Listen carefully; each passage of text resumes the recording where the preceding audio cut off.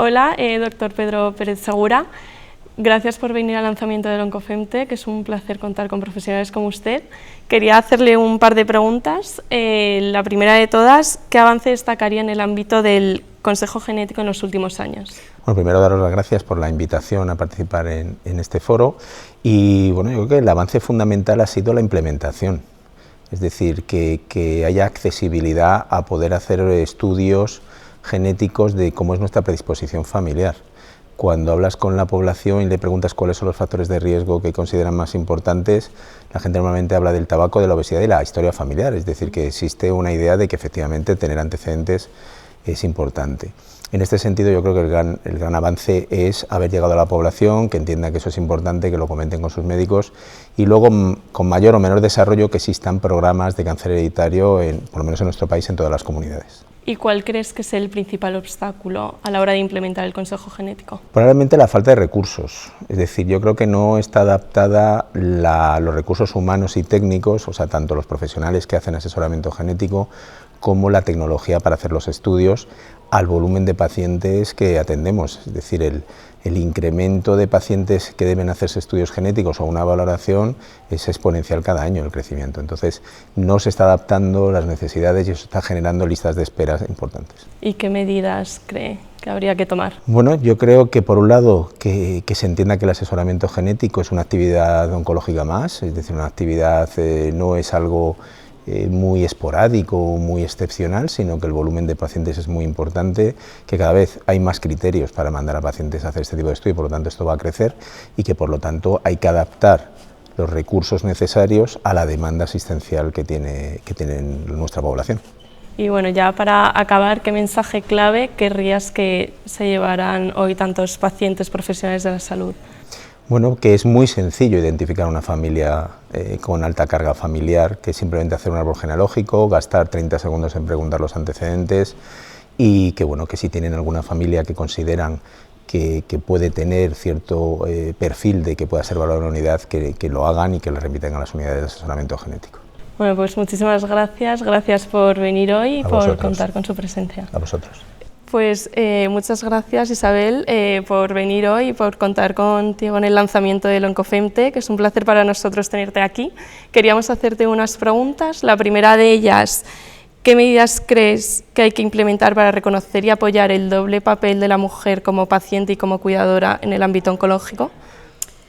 Bueno, son dos aspectos importantes a tener en cuenta, ¿no? En cuanto a la mujer y el cáncer, o la mujer que ha padecido cáncer, creo que es fundamental el derecho que tiene toda mujer a tener acceso a todos los tratamientos, a no tener desigualdades en cuanto a el nivel socioeconómico, la raza, el color, es decir, a poder tener acceso a todos sin necesidad de, por el género, tener menos acceso o tener más dificultades para no solo el diagnóstico, para el tratamiento y para los cuidados posteriores, ¿no? Las mujeres que han tenido cáncer y determinados cánceres, como puede ser el cáncer de mama, deja una serie de efectos secundarios después de los tratamientos que también requieren ayuda a veces con psico-oncología, con rehabilitación, con que los resultados estéticos sean buenos, es decir, que es todo un conjunto que es necesario, ¿no?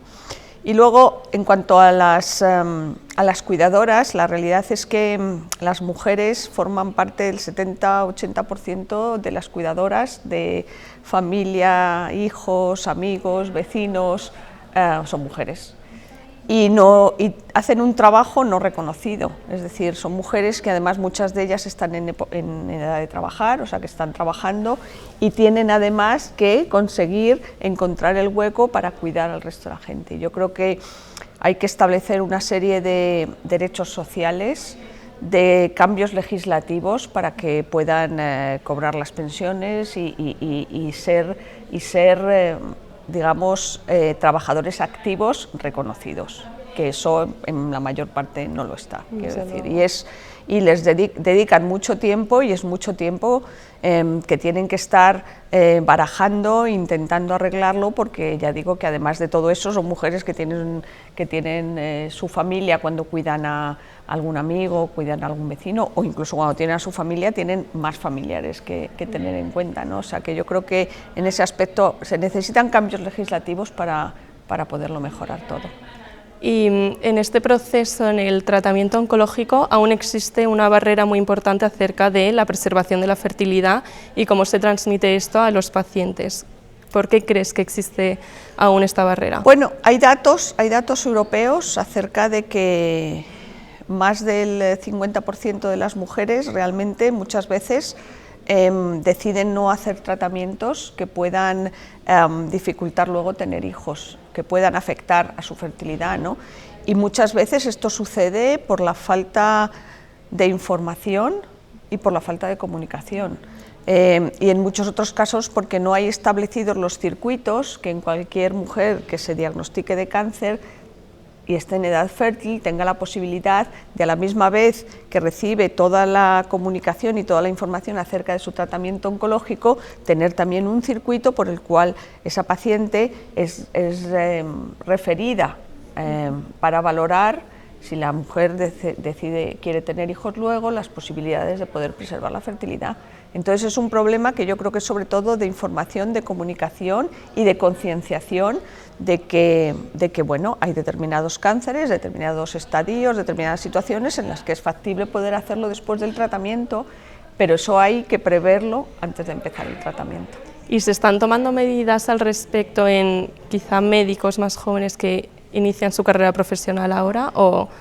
Yo creo que sí, creo que no solo, porque esto es algo de las dos partes, quiero decir, tanto el médico que trata a la paciente o que recibe a la paciente que le va a dar el primer tratamiento, le informa de si la paciente quiere tener una preservación de la fertilidad y la deriva a los especialistas, pero también yo creo que está aumentando la concienciación de las pacientes de los derechos que uno tiene, ¿no? Y hay muchas veces que aunque no te lo ofrezcan, si la paciente está concienciada lo pide, ¿no? Entonces yo creo que es un poco esa labor, y sí, porque de hecho hay, puedo decir que en los últimos 5 o 10 años las publicaciones acerca de la necesidad de que se le ofrezca la preservación de la fertilidad a las mujeres con cáncer se han triplicado. Y ahora mismo hay muchos datos ya, y sobre todo de un grupo italiano, el doctor Lambertini. De hecho yo vengo ahora de la ESTRO y acaban de presentar datos relativos a cómo establecer un circuito para que esto suceda, y datos de cómo los diferentes tipos de preservación de la fertilidad, porque esto no es una cosa sencilla, quiero decir, hay varios tipos, y dependiendo de los tratamientos que recibas, de la paciente, de la edad y de muchos factores, pues hay un tipo de preservación que es el que mejor le beneficiaría y otros no, o sea que es un proceso completamente, digamos que junto con el resto del tratamiento, pero también requiere de una serie de consultas, no es llegar el primer día y que ya lo resuelvas todo, y luego requiere o sea, al final, si nos damos cuenta, todo lo relativo desde que diagnostican un cáncer, todos los especialistas que van viendo están interrelacionados, porque para empezar una preservación de fertilidad hay que tener en cuenta que hay que hablar con los oncólogos médicos para ver en el momento qué tratamiento se le puede dar, o sea, cómo van los tiempos, porque claro, también es importante que cuando se envía a la paciente a la preservación para valorar la preservación de fertilidad se envíe al principio, claro, porque si al final se decide hacer, todo eso va dilatando en el tiempo el empezar el tratamiento, ¿no? Entonces conviene que en el momento que se diagnostica, se planifica todo y se sabe que la paciente desea eso, enviar a la paciente. Y ya para finalizar, ¿qué mensaje clave querrías que se llevasen hoy todos los profesionales de la salud, pacientes que vienen Pues hoy? Yo creo que el mensaje más clave serían 3 puntos. El primero, se necesita dar más información por parte de los profesionales, se necesita explicar más detenidamente y proveer a la paciente de toda la información necesaria para tomar una decisión conjunta, porque sin eso no hay decisiones conjuntas. Se necesita concienciación de los pacientes, porque todavía en muchos países los pacientes, no que no se atrevan, pero que le parece que hacer determinadas preguntas a los médicos son como superficiales y no las hacen, y entonces se cohíben, y eso nosotros lo hemos visto durante muchos años con el cáncer de mama. A los pacientes les da como reparo preguntar que si el resultado estético va a estar bien, cuando es sumamente importante para el resto de su vida después, aparte de lo oncológico, ¿no? Entonces yo creo que es información por parte de los profesionales, concienciación por parte de los pacientes, por parte de las mujeres, que algunas de ellas serán pacientes en algún momento dado, y conviene que la concienciación sea general, quiero decir que lo sepa todo el mundo, no solo los pacientes. Y el tercer punto, yo diría que necesitamos cambios legislativos. Necesitamos cambios legislativos porque si no, no vamos a poder mejorar nada sin esos cambios legislativos. Entonces hay que intentar, basado en la evidencia, hacer presión para que se hagan cambios que puedan fomentar y mejorar el acceso a los tratamientos, la igualdad en los tratamientos, la igualdad en la prevención, el poder acceder a los screening, a los cribados, independientemente de dónde vivas y de cómo vivas, y creo que eso es fundamental, o sea que yo diría que esos 3 puntos. Bueno, pues muchísimas gracias, Isabel, por compartir tu opinión y tu gran sabiduría en el campo y por venir hoy al lanzamiento del Oncofemtech, que es un placer contar contigo. Gracias. Bueno, Pilar, qué placer tenerte hoy con nosotros como directora científica del Oncofemtech. ¿Qué esperas tú de este proyecto a vista 3 años? Muchas gracias. Yo estoy muy ilusionada con este proyecto. La verdad es que es un reto muy complicado. Es un reto muy complicado porque sabemos que la mujer y el hombre tienen diferencias biológicas, diferencias a veces en el comportamiento de los tumores, de los tratamientos, de las toxicidades, pero sabemos muy por encima, independientemente de los problemas, digamos, del día a día de género, particulares de las mujeres, reproducción, sexualidad, etcétera. Creo que a partir de este proyecto se está generando una sensibilización sobre todo lo que no sabemos, todo lo que tenemos que investigar desde todos los puntos de vista. Y a lo largo de esta mesa hemos visto el papel importantísimo que puede tener el consejo genético, hemos visto también los problemas que hay en las mujeres para el acceso a pruebas genéticas, a técnicas de reproducción. Y esos son temas que hay que empezar a reivindicar desde un punto de vista social. Hemos visto también desde las asociaciones de pacientes cómo tenemos que ayudar también a mejorar esa calidad de vida, y desde el punto de vista de la investigación tenemos que hacer un diseño de estudios que tenga en cuenta el género en los resultados y en todos los datos que hemos generado. Y en la última charla de mi mesa ha sido importantísima ver cómo incluso las terapias avanzadas también tienen que tener en cuenta el género, y nuestra ponente ha dejado claro que se abre una expectativa importantísima de investigación en esta materia. Entonces, después de haber moderado esta primera mesa en la que hemos hablado de innovación oncológica, de la medicina de género, ¿qué mensaje clave te llevas después de escuchar a tantos ponentes? Tenemos que seguir trabajando juntos, tenemos que conseguir información, tenemos que conseguir datos, tenemos que conseguir sensibilizar a la población para exigir un acceso equitativo a un montón de cosas que ahora mismo no está ocurriendo. Y como digo, tenemos que trabajar también para que la investigación sea equitativa y tenga en cuenta el género entre sus datos, así como las terapias avanzadas. Desde luego. Pues nada, Pilar, muchísimas gracias. Gracias a vosotros. Pues nada, Fátima, muchas gracias por asistir al lanzamiento del Oncofemtech. Es un placer para nosotros contar con profesionales como tú. Como jefa de la unidad de bioinformática del CENIO, ¿de qué manera están relacionadas la bioinformática con el proceso oncológico de la mujer oncológica? Lo primero, muchas gracias por la invitación. Ha sido un placer también formar parte de este evento, de este foro, donde he aprendido muchísimo para tener mucho más en cuenta la perspectiva de género. La bioinformática es una disciplina que lleva ya unas décadas con un papel muy importante en la hora de analizar datos de biología, aplicando métodos informáticos, estadísticos y diferentes modelos, y que nos ha permitido entender mucho la biología del cáncer y entender ahora con mucho más para poder hacer campañas de prevención o mejorar el diagnóstico y el tratamiento. Es cierto, y eso es algo que nuestras metodologías siempre ha estado enfocado en el paciente oncológico en general, enfocados en los diferentes tipos tumorales y dependiendo si eran más orientados hacia una mujer o hacia, es decir, cáncer de ovario, cáncer de mama, pues hemos hecho análisis especializados. Pero en los últimos años, y también gracias a este tipo de foros, la perspectiva de género se está teniendo mucho más en cuenta. Principalmente por la aparición de nuevos métodos, por ejemplo, de inteligencia artificial, en el que se sabe que para nosotros aplicar estos métodos e interpretar mejor los datos, estamos usando grandes volúmenes de datos. Y algo que hemos detectado es que existen sesgos por raza, pero existen muchos sesgos por sexo, es decir, y es algo que queremos trabajar también. Queremos saber si estamos aplicando este tipo de datos, estamos recogiendo los datos con algún tipo de sesgo en el que, por ejemplo, para pacientes oncológicas, en este caso mujeres, que quieran tener acceso a un ensayo clínico, si de alguna manera las metodologías de detección o de reclutamiento de pacientes, por ejemplo, se está teniendo algún tipo de sesgo. O a la hora de detectar mutaciones o alteraciones moleculares asociadas a determinado tipo de tumores, si estas están siendo sobrerepresentadas en la parte más hombre o en la parte más mujer. Desde hace unos años, también desde el Ministerio, cuando se escriben proyectos de investigación, cada vez más se te pide que hagas esa reflexión de si el tema género se está teniendo en cuenta en tu investigación y en qué aspecto.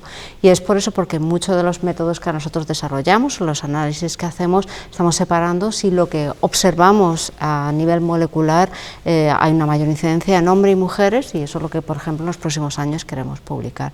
Pero efectivamente la bioinformática tiene el potencial de poder no solo hacer análisis globales, sino también poder estratificar por tipo de pacientes, incluido el género. Y después de escuchar a tantos expertos en el área, tantos profesionales sanitarios, incluso pacientes, ¿qué mensaje clave, qué conclusiones te llevas? Una de las conclusiones esenciales que yo creo que otros los compañeros ponentes y compañeras ponentes que están en el foro teniendo es la multidisciplinariedad.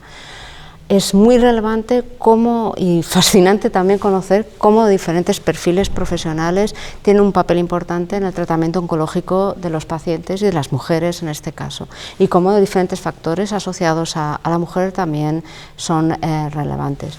En este caso, lo fundamental que queremos hacer es, sobre todo, tener en cuenta la perspectiva de género, es decir, quiero transmitir a mis compañeros y compañeras investigadores que es fundamental que la perspectiva de género la tengamos en cuenta a la hora de extraer conclusiones y que en cierto modo algo que no se estaba teniendo en cuenta en otros años tenga un impacto en la medicina del futuro. O sea, eso es un poco el mensaje, lo combinado de cómo de importante es no solo enfocarlo en una única variable, la parte molecular, sino que es importante tener en cuenta la genética, el fenotipo, el estilo de vida, la parte psicológica, la parte nutricional y deportiva, es decir, hay muchísimos factores y variables a tener en cuenta y yo creo que esa es la conclusión que todos nos llevamos aquí. Desde luego, pues nada, Fátima, muchísimas gracias por compartir estas pequeñas reflexiones con todos nosotros. Pues nada, muchas gracias a vosotros.